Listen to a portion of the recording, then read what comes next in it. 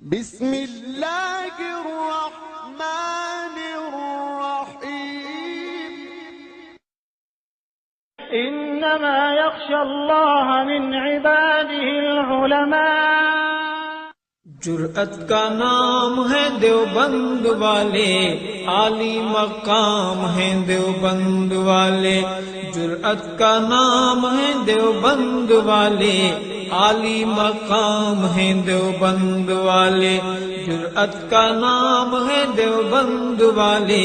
عالی مقام ہے دیوبند والے، عالی مقام ہے دیوبند والے۔ واقعہ نقل کرنے کے بعد وہی واقعہ جس میں نبی اکرم صلی اللہ علیہ وسلم کے خون پینے کا تذکرہ ہے، اس واقعے کو نقل کرنے کے بعد فائدے کا عنوان بنا کر حضرت شیخ رحمۃ اللہ علیہ تحریر فرماتے ہیں کہ نبی اکرم صلی اللہ علیہ وسلم کے فضلات یعنی پاخانہ پیشاب وغیرہ سب پاک ہیں، اس لیے کوئی اشکال نہیں۔ اب اس بات کے اوپر غیر مقلدین نے بڑا بتنگڑ بنایا ہے اور بہت زیادہ واویلا کیا ہے کہ نبی اکرم صلی اللہ علیہ وسلم کے پاخانہ اور پیشاب کو بھی انہوں نے جو ہے پاک قرار دے دیا اور پینے کو جو ہے جائز قرار دے دیا، اور غیر مقلدین نے اس واقعے کا اور حضرت شیخ کی اس عبارت کا اتنے گھناؤنے انداز میں مذاق بنایا ہے کہ الامان والحفیظ۔ بہت سے لوگوں نے تو کہ پاخانہ پیشاب کو پاک قرار دے دیا، کیسے شیخ الحدیث ہیں، کیا ان کے پاس علم ہے کہ انہیں اتنا ہی پتہ نہیں کہ پاخانہ پیشاب بھی پاک ہوتا ہے یا نہیں ہوتا۔ بہرحال ان کا علم اور ان کی عقل وہ اتنی ہی چلتی ہے بیچاروں کی، فحاشی کے اندر تبرہ بازی کے اندر زیادہ چلتی ہے، اور حقائق کو جاننے پہچاننے اور مسائل کی تحقیق میں ان کا علم اور ان کی عقل جواب دے جاتی ہے۔ حضرت شیخ رحمۃ اللہ علیہ نے جو یہ بات فرمائی ہے کہ نبی اکرم صلی اللہ علیہ وسلم کے فضلات اور پاخانہ پیشاب وغیرہ سب پاک ہیں، کیا یہ بات درست ہے؟ کیا اس بات کے اندر اور اس نظریے کے اندر حضرت شیخ رحمۃ اللہ علیہ اکیلے ہیں یا آپ سے پہلے بھی علماء امت آپ کے ساتھ ہیں؟ اگر حضرت شیخ رحمۃ اللہ علیہ اس نظریے کے اندر اکیلے ہیں اور اسلاف امت کا ساتھ آپ کے ساتھ میں نہیں ہے، تو بے شک حضرت شیخ رحمۃ اللہ علیہ کو مورد الزام ٹھہرانا جائز اور درست ہوگا کہ آپ نے ایک ایسی نئی بات نکالی ہے کہ جس کا پہلے کوئی قائل نہیں رہا۔ لیکن اگر حضرت شیخ رحمۃ اللہ علیہ اس میں اکیلے نہ ہوں، بلکہ حضرت شیخ سے پہلے بڑے بڑے ائمہ، اکابرین، محدثین، اسلاف نے اس نظریے کو اپنی کتابوں کے اندر نہایت واشگاف اور نہایت صاف صاف الفاظ میں بیان کر دیا ہو، تو پھر غیر مقلدین کے ان لگائے گئے الزامات کا مورد اور ان کے محمل سب سے پہلے وہی محدثین اور وہی اسلاف امت ہوں گے، اور حضرت شیخ رحمۃ اللہ علیہ کا نمبر بعد میں آئے گا۔ جتنے بھی یہ اعتراض کریں گے وہ اعتراض سارے کے سارے جا کر ان محدثین پر لگیں گے اور بعد میں حضرت شیخ رحمۃ اللہ علیہ کا نمبر آئے گا۔ اس لیے ہم غیر مقلدین سے گزارش کریں گے کہ جن علماء کے اور جن اسلاف کے نام ہم پیش کرتے ہیں، وہ ہمت کر کے، جرأت کر کے، اگر ان کے اندر ہمت اور جرأت ہے، وہی اعتراض جو حضرت شیخ کی فضائل اعمال کے اوپر کیے گئے، ہم جن کتابوں کی اور جن علماء کی نشاندہی کرنے جا رہے ہیں، مہربانی فرما کے وہی اعتراض اور وہی زبان ان علماء کے خلاف بھی استعمال کر کے ایک مرتبہ ہمیں دکھا دیں، تاکہ ہمیں تمہارے حق گوئی کا اور تاکہ ہمیں تمہاری انصاف پسندی کا اندازہ ہو جائے۔ ورنہ اگر تم یہ زبان ان کے خلاف استعمال نہیں کرتے اور یہ اعتراض ان کے اوپر وارد نہیں کرتے، اسی بات کی وجہ سے صرف حضرت شیخ کو ان اعتراض کا مورد سمجھتے ہو، تو ہم سمجھیں گے کہ تمہارا حضرت شیخ کی کتاب اور حضرت شیخ کی قابلیت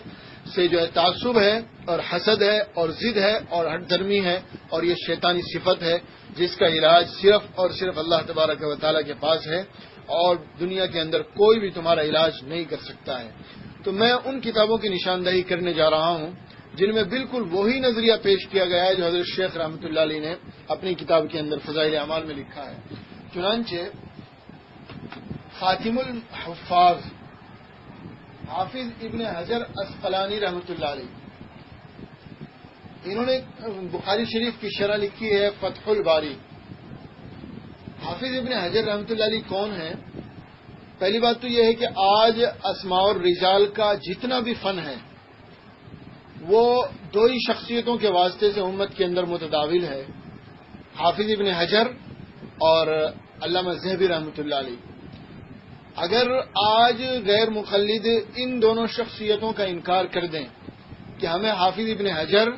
اور ہمیں علامہ ذہبی کے اوپر اعتماد نہیں، یہ جائیں صرف حافظ ابن حجر کا انکار کر دیں، تو آج اسماء الرجال کے پورے فن سے غیر مقلدین کو ہاتھ دھونا پڑے گا۔ کیا پھر اس کے بعد ہمت ہے غیر مقلدین کی تقریب التہذیب کو ہاتھ لگائیں، راویوں کو ضعیف اور صحیح کہنے میں؟ تہذیب التہذیب کو ہاتھ لگائیں، میزان الاعتدال کی طرف نظر اٹھا کر دیکھیں، تذکرۃ الحفاظ کے اندر راویوں کے حالات تلاش کریں۔ بھئی یہ مصنفین ذہبی اور ابن حجر یہ اسماء الرجال کے ماہر اور امام سمجھے جاتے ہیں، اور میں نے کل غیر مقلدین کے عالم نواب صدیق حسن خان کا مقولہ نقل کیا تھا کہ وہ حافظ ذہبی کے بارے میں کہتے ہیں کہ ذہبی حدیث کے بارے میں مہر کی حیثیت رکھتے ہیں، یعنی ذہبی کا فیصلہ حدیث کے اوپر مہر کی حیثیت رکھتا ہے کہ ذہبی نے صحیح کہہ دیا تو سمجھو اس کے اوپر صحت کی مہر لگ گئی، اور ضعیف کہہ دیا تو سمجھو اس کے اوپر ضعیف ہونے کی مہر لگ گئی۔ اور حافظ ابن حجر رحمۃ اللہ علیہ کے بارے میں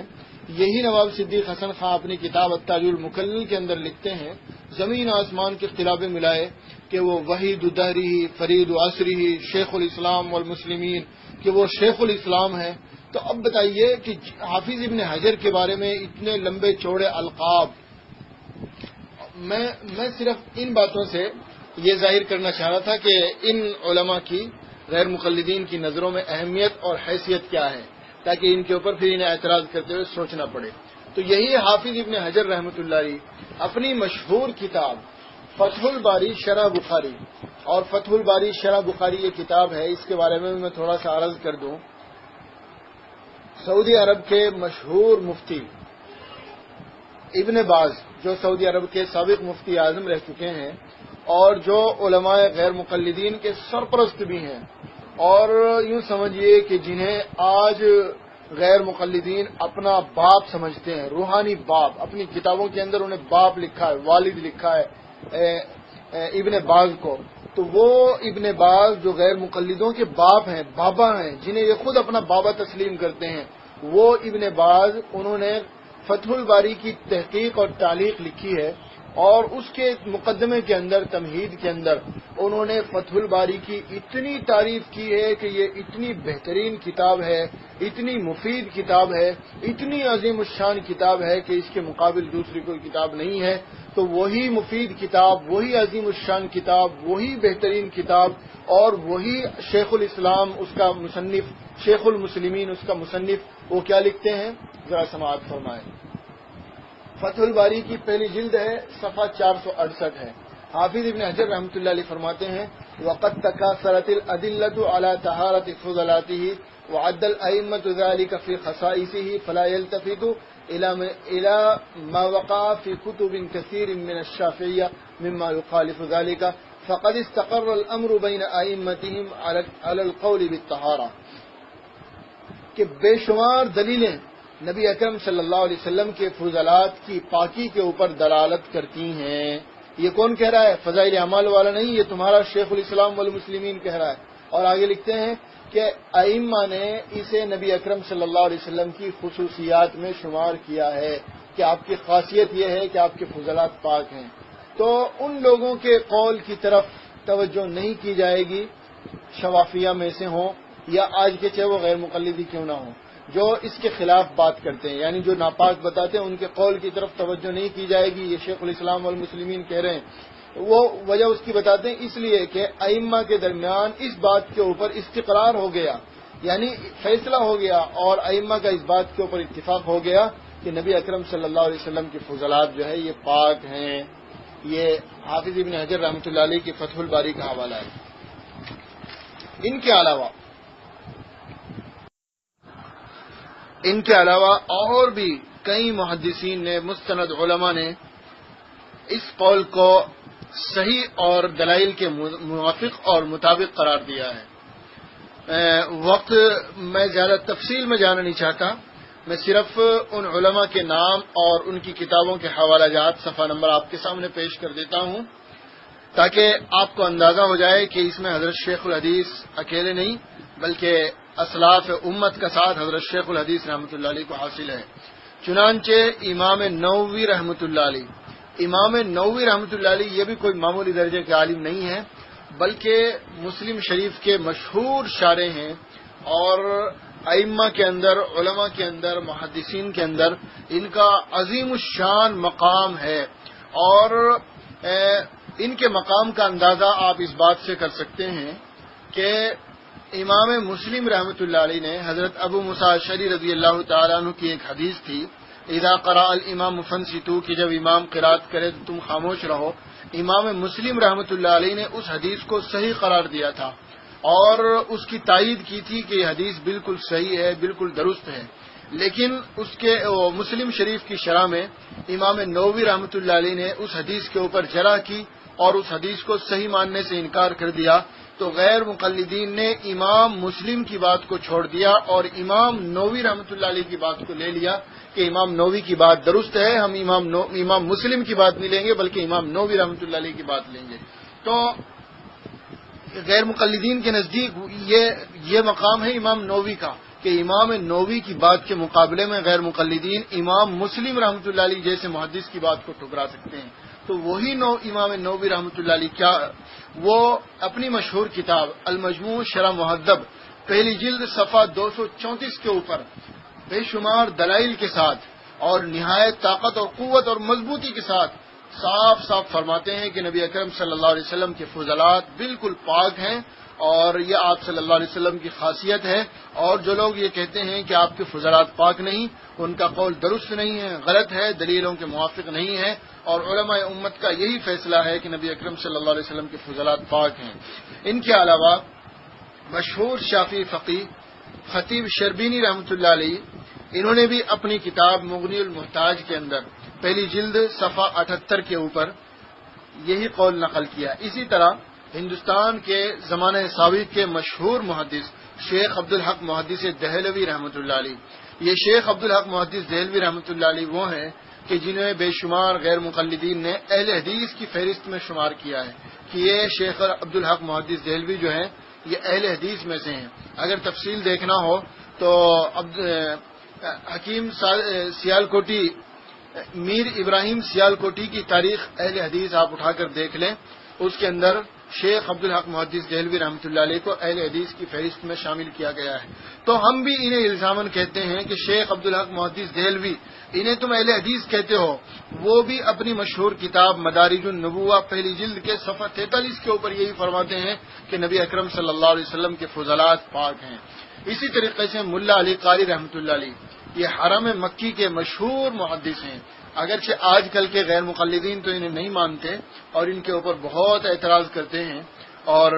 ان کے اقوال کو بہت ہی حقارت کے ساتھ رد کر دیتے ہیں، لیکن غیر مقلدین کے بابا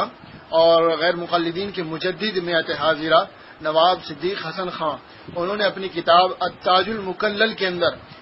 ملا علی قاری رحمۃ اللہ علیہ کی بڑی تعریف کی ہے اور انہیں بڑا امام اور بڑا فن کا ماہر اور بڑا محدث اور بڑا امام تسلیم کیا ہے۔ تو ملا علی قاری رحمۃ اللہ علیہ اپنی کتاب جمع الوسائل شرح شمائل کے اندر دوسری جلد صفحہ 2 کے اوپر یہی بات لکھتے ہیں کہ نبی اکرم صلی اللہ علیہ وسلم کے فضلات پاک ہیں۔ اسی طریقے سے قاضی ایاز مالکی رحمۃ اللہ علیہ، یہ قاضی ایاز مالکی رحمۃ اللہ علیہ پرانے زمانے کے علماء میں سے ہیں اور بہت مستند علماء میں سے ہیں۔ قاضی ایاز مالکی رحمۃ اللہ علیہ، ان کی مشہور کتاب ہے سیرت کے موضوع پہ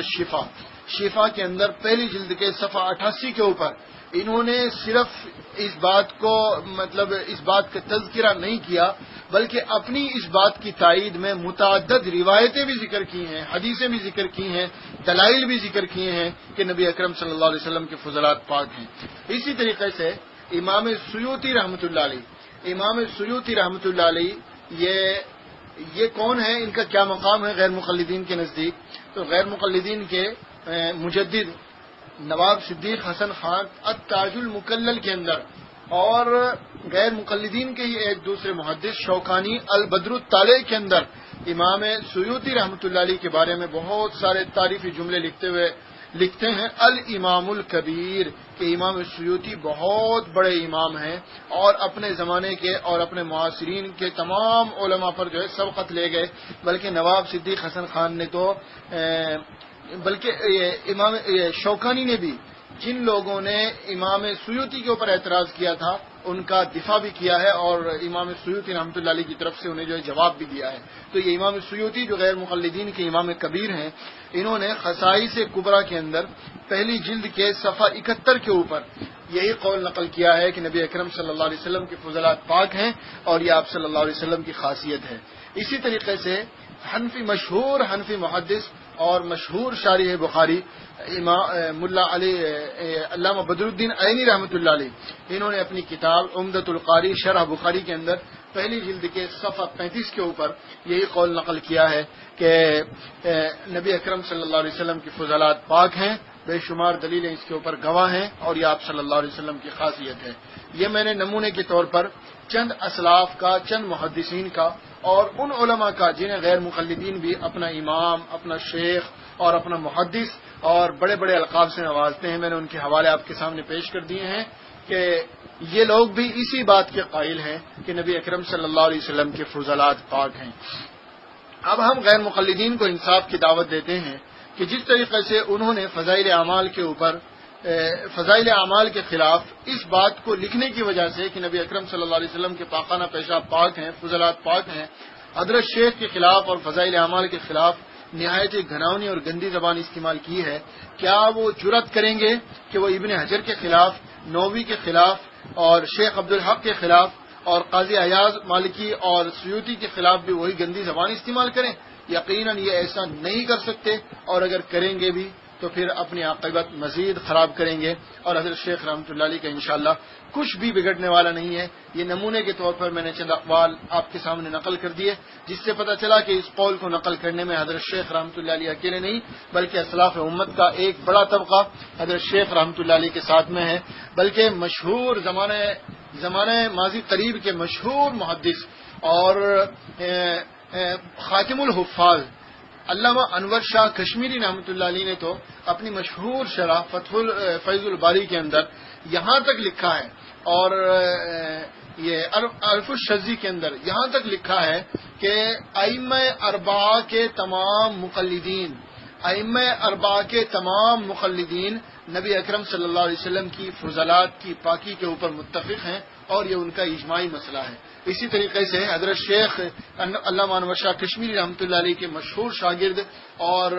اپنے زمانہ سابق کے مشہور محدث علامہ یوسف بنوری رحمۃ اللہ علیہ نے بھی معارف السنن کے اندر بے شمار دلائل کے ساتھ ثابت کیا ہے کہ نبی اکرم صلی اللہ علیہ وسلم کے فضلات پاک ہیں۔ اب اس مسئلے کو دوسرے زاویے سے بھی دیکھتے ہیں، دوسرے نظریے سے بھی دیکھتے ہیں کہ ان اکابرین محدثین نے نبی اکرم صلی اللہ علیہ وسلم کے فضلات کی طہارت کی جو یہ رائے قائم کی ہے، تو کیا ان کی یہ رائے دلائل سے ہم آہنگ ہے، دلائل کے موافق ہے، یا دلائل اس کی پشت پر نہیں ہے؟ تو ہمارا کہنا یہ ہے کہ ان اسلاف کی یہ رائے دلائل سے ہم آہنگ ہے، اور متعدد دلیلیں، صحیح روایتیں اس کی پشت پر موجود ہیں جن سے ثابت ہوتا ہے کہ نبی اکرم صلی اللہ علیہ وسلم کے فضلات اور آپ کے پاخانہ پیشاب وغیرہ پاک ہیں۔ تو چند دلیلیں آپ بھی سماعت فرمائیں جن سے ثابت ہوتا ہے کہ نبی اکرم صلی اللہ علیہ وسلم کے فضلات پاک ہیں۔ سب سے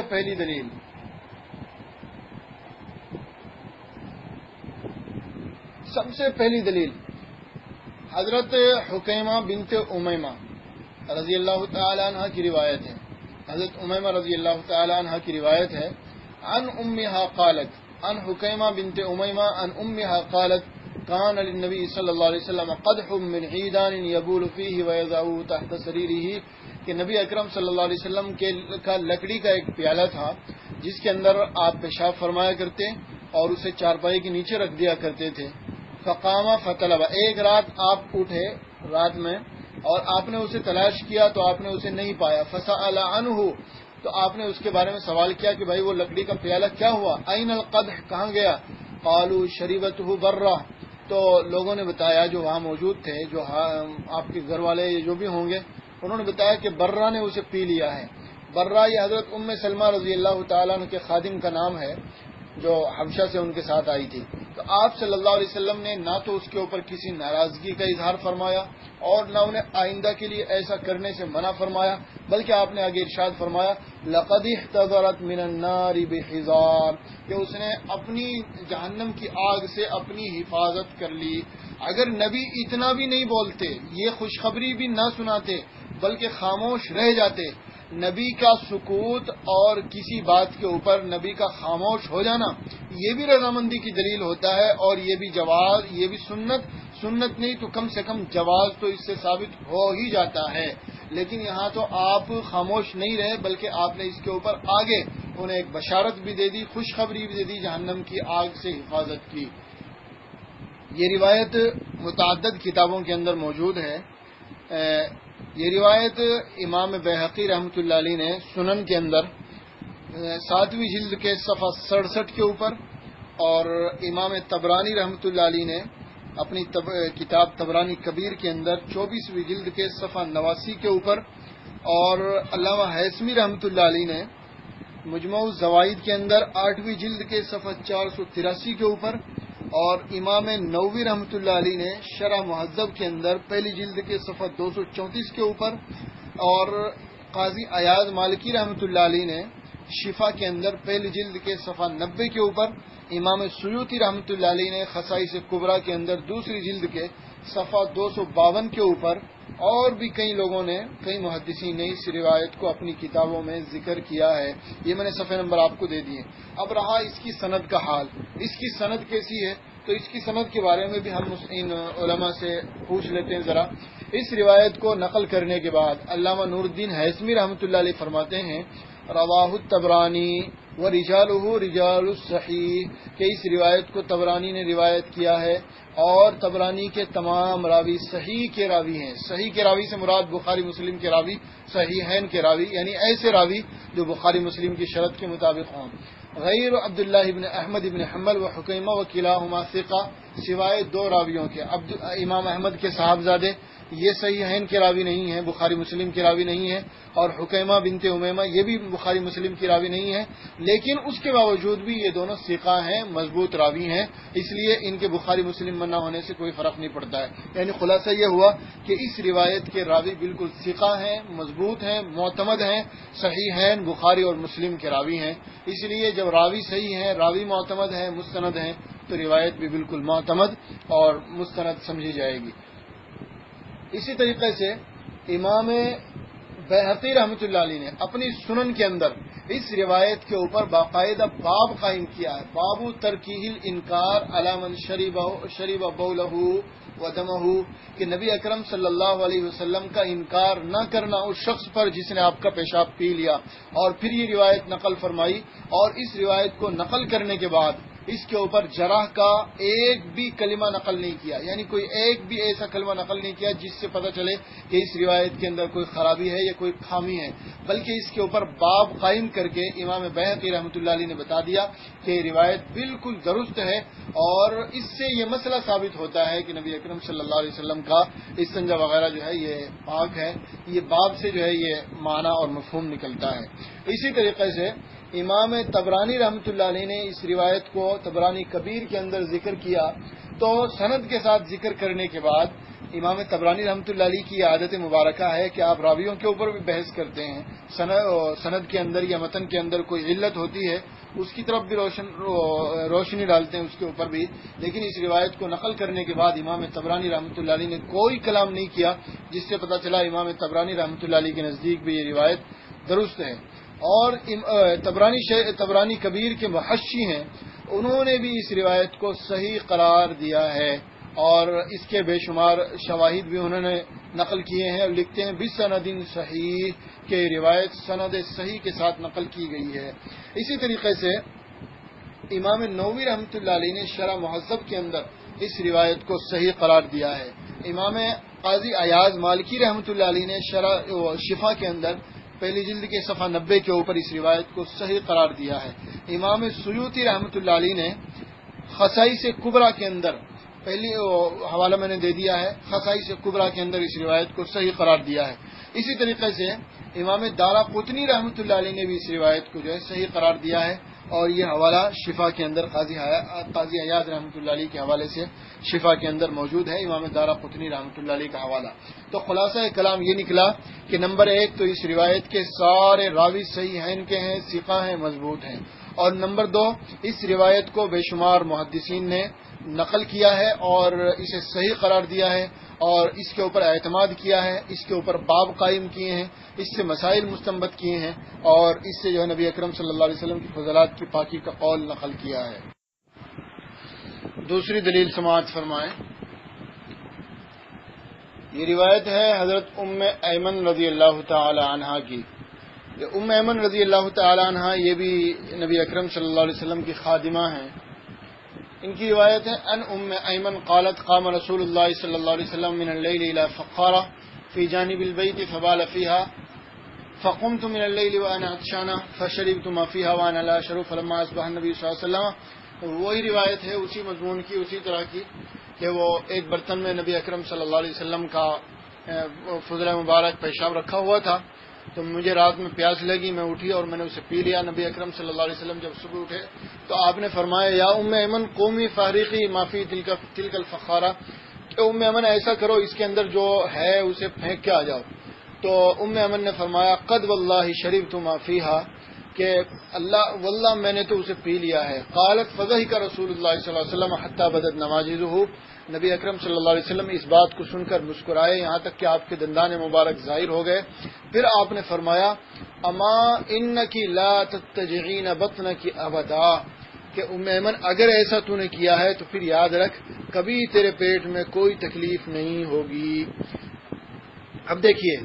اس روایت کے اندر بھی نبی اکرم صلی اللہ علیہ وسلم نے اگر یہ انہوں نے غلط کر دیا تھا، اگر یہ کام ان سے غلطی ہو گئی تھی، انہوں نے ایسا کر دیا تھا، تو نبی اکرم صلی اللہ علیہ وسلم اس کے اوپر نکیر فرماتے کہ ام ایمن آئندہ ایسا مت کرنا، یہ غلط ہے، اسے نہیں پینا چاہیے، یہ ناپاک ہے۔ لیکن نبی اکرم صلی اللہ علیہ وسلم نے نکیر تو کیا کرتے، الٹے آپ نے اس کے اوپر خوشی کا اظہار فرمایا، آپ ہنسے یہاں تک کہ آپ کے دندان مبارک ظاہر ہو گئے، اور پھر آپ نے ایک خوشخبری بھی دی انہیں اور اس کا ایک فائدہ بھی بتایا کہ تمہارے پیٹ میں کبھی تکلیف نہیں ہو سکتی۔ تو اس سے پتہ چلا کہ نبی اکرم صلی اللہ علیہ وسلم کے فضلات جو ہے اور آپ کے پاخانہ پیشاب وغیرہ جو ہے پاک ہیں۔ یہ روایت متعدد محدثین نے اپنی کتابوں کے اندر نقل کی ہے، چنانچہ امام طبرانی رحمۃ اللہ علیہ طبرانی کبیر جلد 25 صفحہ 89 کے اوپر اس روایت کو سند کے ساتھ لائے ہیں، اور امام طبرانی رحمۃ اللہ علیہ نے اس روایت کے اوپر کوئی جرح نہیں کی، جس سے پتہ چلا کہ یہ روایت ان کے نزدیک صحیح اور درست ہے۔ اسی طریقے سے امام حاکم رحمۃ اللہ علیہ مستدرک کے اندر 4 جلد کے صفحہ 63 کے اوپر اس روایت کو لائے ہیں، اور امام حاکم اور علامہ ذہبی دونوں کے دونوں اس روایت کے اوپر خاموش ہیں، دونوں نے اس روایت کے اوپر کوئی جرح نہیں کی، اور اس قاعدے کو غیر مقلدین نے بھی تسلیم کیا ہے کہ امام ذہبی جس روایت کے اوپر سکوت کر دیں وہ روایت صحیح ہوتی ہے۔ چنانچہ غیر مقلدین کے حافظ العصر اور مجتہد العصر عبداللہ روپڑی نے اپنی کتاب فتاوی اہل حدیث کے اندر قنوت دعائے قنوت کے بیان میں، قنوت وتر کے بیان میں باقاعدہ ایک روایت کے اوپر امام ذہبی رحمۃ اللہ علیہ نے سکوت کیا تھا، حالانکہ وہ غلط ہے، وہ بات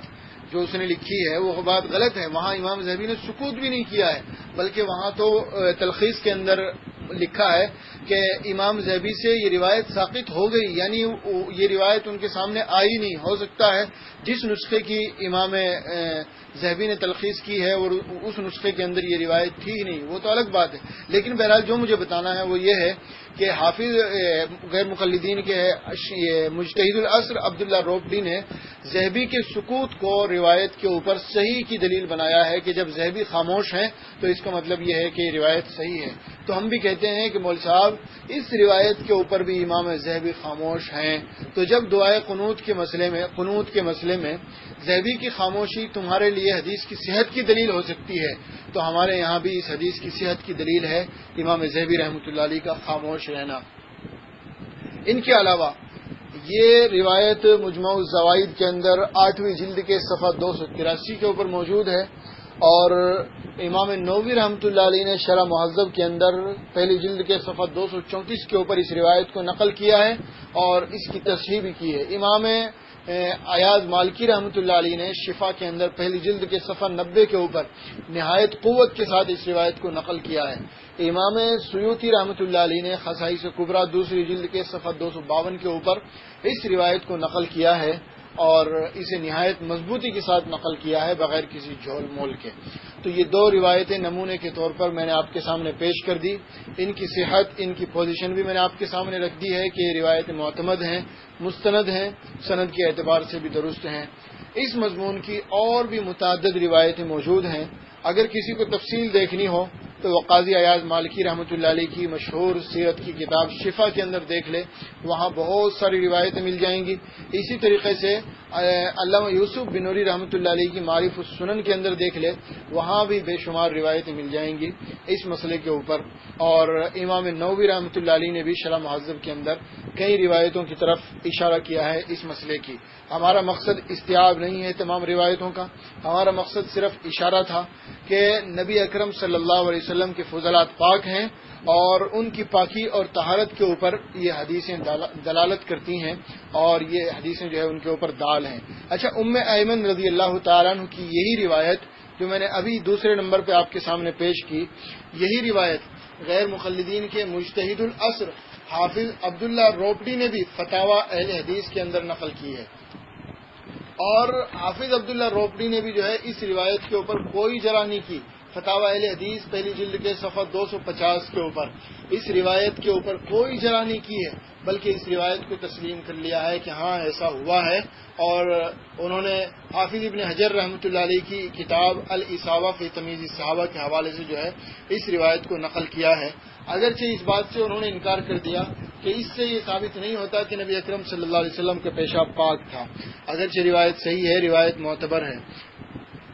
لیکن ہم غیر مقلدین سے کہتے ہیں کہ تمہارے یہاں ثابت ہوتا ہو یا نہ ہوتا ہو، لیکن بہرحال پوری امت کے یہاں اس سے ثابت ہو گیا۔ اچھا، تمہارے یہاں کیوں ثابت نہیں ہوتا؟ غیر مقلدوں کو یہاں انہی کی زبان میں سمجھائیں۔ اس کی وجہ یہ ہے کہ غیر مقلدین معقول اللحم جانور، یعنی جن جانوروں کا گوشت کھایا جاتا ہے، ان کے پیخانے اور پیشاب کو جو ہے پاک قرار دیتے ہیں کہ ان کا پاخانہ اور پیشاب جو ہے پاک ہے، اور پاک بھی کس ٹائپ کا کہ فتاوی ثنائیہ کے اندر، فتاوی علماء اہل حدیث کے اندر تو یہاں تک لکھا ہے کہ کسی نے سوال کیا تھا کہ صاحب آپ تو کہہ رہے ہیں کہ اس کا کھانا پینا بھی جائز ہے، حالانکہ طبیعت نہیں مانتی تو کیا کریں؟ تو غیر مقلدین کے علماء نے، شیخ ثناء اللہ مرسری وغیرہ نے جواب دیا کہ اگر طبیعت نہیں مانتی تو نہ پیے، لیکن حلت کا اعتقاد رکھے، یعنی یہ عقیدہ رکھے کہ یہ پاک ہے۔ یعنی غیر مقلدین کے نزدیک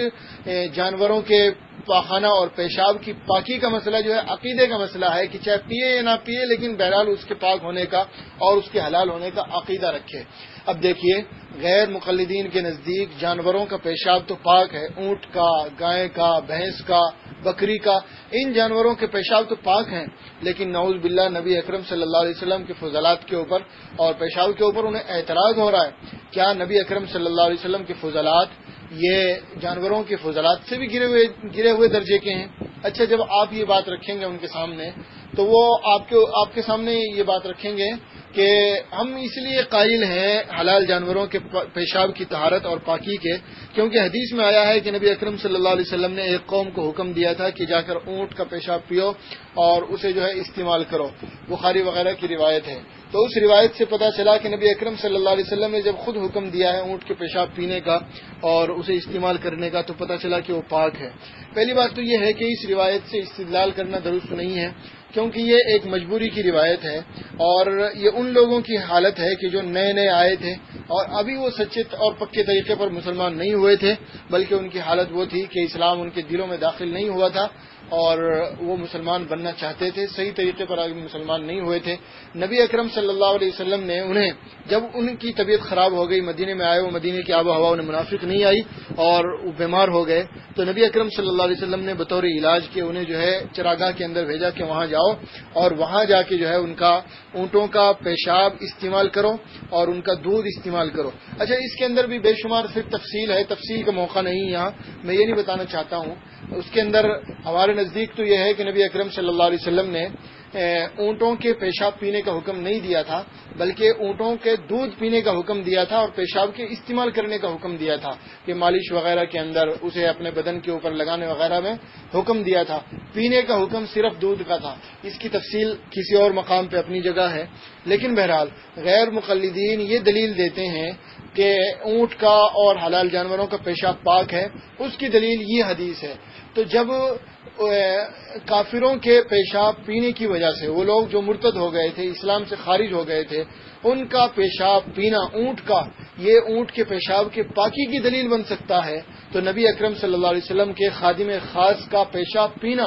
آپ صلی اللہ علیہ وسلم کا، اور پھر آپ صلی اللہ علیہ وسلم کے سامنے اس بات کا ظاہر ہونا اور آپ کا اس کے اوپر نکیر نہ کرنا بلکہ خوش ہونا اور رضامندی ظاہر کرنا، یہ آپ صلی اللہ علیہ وسلم کے پیشاب کے پاک ہونے کی دلیل کیوں نہیں بن سکتا ہے؟ آپ یہ غیر مقلدین سے جو ہے سوال کر سکتے ہیں اور یہ الزام ان کے اوپر رکھ سکتے ہیں. اسے ایک اور طریقے سے بھی سمجھ سکتے ہیں، وہ اس طرح کہ یہ فضلات النبی صلی اللہ علیہ وسلم کی پاکی کا مسئلہ جو ہے یہ آپ صلی اللہ علیہ وسلم کی خصوصیات میں سے ہے، اور جو چیز خصوصیات میں داخل ہو جائے اسے پھر عام احکام کے تحت نہیں لایا جاتا. یہ بات میں نے کل بھی عرض کی تھی کہ خصوصیات کو شریعت کے عمومی احکام کے تحت نہیں لایا جاتا، بلکہ خصوصیات جو ہیں وہ عمومی احکام سے علیحدہ اور جدا ہوتی ہیں. ایک بھائی نے پرسنل کے اندر مجھے میسج کیا تھا اور بہت عمدہ بات انہوں نے فرمائی کہ وہ جو آیت ہے قرآن کریم کی کہ انما الخمر حرمت علیکم المیتۃ والدم، کہ تمہارے اوپر خون بھی حرام ہے اور مردار بھی حرام ہے، تو اس میں غیر مقلدین نے اعتراض کیا دم کے اوپر کہ آپ صلی اللہ علیہ وسلم کا خون پی لیا، کیسے پی لیا جب وہ حرام ہے؟ تو یہاں تو میتہ کے اوپر بھی کوئی اعتراض کرنے والا کر سکتا ہے کہ بھائی تو اللہ نے فرمایا کہ مردار حرام ہے، تو پھر مچھلی کیوں کھاتے ہو؟ وہ بھی تو مردار ہے. تو پتہ چلا کہ مچھلی جو ہے یہ الگ ہے، یہ خصوصیت یہ خاص مچھلی اور ٹڈی وغیرہ کی خاصیت ہے. بس تو یہ خصوصی احکام جو ہے یہ عمومات سے الگ ہوں گے. نبی اکرم صلی اللہ علیہ وسلم کی جو خصوصیات ہیں انہیں عام حکم شرع کے تحت نہیں لایا جائے گا، بلکہ یہ حکم شرع سے الگ ہوں گی اور انہیں الگ ہی رکھا جائے گا. اسے اس طریقے سے بھی سمجھ سکتے ہیں کہ بھائی ایک عام بات ہے اور مشہور روایتیں ہیں، بخاری مسلم کی روایتیں ہیں کہ نبی اکرم صلی اللہ علیہ وسلم کا پسینہ اتنا خوشبودار تھا کہ صحابہ اسے اپنے خوشبو میں اضافے کے لیے استعمال کیا کرتے تھے. تو ظاہر پسینہ عام انسان کا بدبودار ہے، اس سے انسان کے بدن کے اندر بدبو پیدا ہوتی ہے، کپڑوں کے اندر بدبو پیدا ہوتی ہے، لیکن وہی پسینہ نبی کے بدن کا ہے تو وہ پسینہ جو ہے خوشبودار ہے، اس کے اندر خوشبو ہے، اس کے اندر بدبو نہیں ہے. تو آپ صلی اللہ علیہ وسلم کا بدن جو ہے یہ الگ ہی ہے، یہ جنتی بدن ہے، اور آپ صلی اللہ علیہ وسلم کا بدن جو ہے یہ پاک ہے، صاف ہے، اور انسانی ہمارے بدنوں کے اندر جو دوسرے مفاسد ہیں، دوسرے مختلف قسم کے فاسد مادے ہیں، اس سے نبی اکرم صلی اللہ علیہ وسلم کا بدن مبارک پاک ہے. اس لیے یہ آپ کی خاصیت ہے کہ آپ کے بدن سے نکلنے والے فضلات بھی جو ہے پاک ہیں. اس کے اوپر اور بھی مزید تفصیلی بحث ہو سکتی ہے، لیکن میں سمجھتا ہوں اتنا بہت کافی ہے. اور غیر مقلدین تو نہیں مانیں گے، کیونکہ ماننے کی نیت سے وہ اعتراض کرتے ہی نہیں ہیں. ان کا تو مقصد صرف اور صرف دوسروں کو حقیر دکھانا اور فضائل اعمال کی قدر و منزلت کو کم کرنا ہے. لیکن انشاءاللہ جہاں تک امید ہے کہ ان باتوں سے علماء و عوام، اہل حق و اہل سنت والجماعت کے دل اور دماغ خوش اور روشن ہو جائیں گے. اللہ تبارک و تعالی ہم سب کو عمل کی توفیق عطا فرمائے اور باطل کے دھوکوں اور وسوسوں سے ہماری حفاظت فرمائے.